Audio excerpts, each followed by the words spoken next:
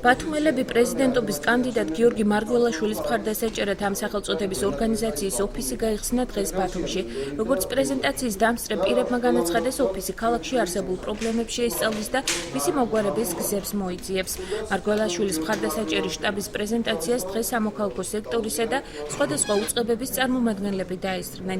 შეხვედრები მოეწყობა, იქნება დისკუსიები, იქნება თემატური ჯგუფებიც იქნება, რომელიც განვიხილავთ ჩვენ თქვათ კონკრეტულად უკვე ჩვენი ქალაქის პრობლემებს და თავისთავად უკვე მზად ვიქნებით ჩვენ იმისათვის, რომ უკვე ახალ პრეზიდენტს თავისი ფუნქციების პარკლებში თავისთავად წაუყენოთ ჩვენი მოსაზრებები, ჩვენი ქალაქის თაობაზე, ჩვენი ქალაქის განვითარების თაობაზე და ასე შემდეგ. საერთოდ თუ კი კლუბები იქნება, ქალაქს ხელს შეუწყო, ჩამოყალიბდება და იქნება რაღაც არ იქნება ასეთი გაუგებრობა, ვის რა უნდა, როგორ უნდა, იქნება საზოგადოება, ჩვენ როცა სამოქალაქო საზოგადოება, ეს არის საწყისი ამისი.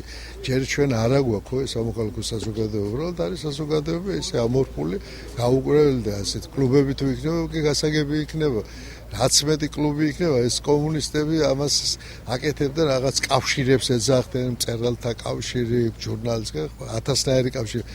ესე ხელოვნურად არ შეიფრა საზოგადოება.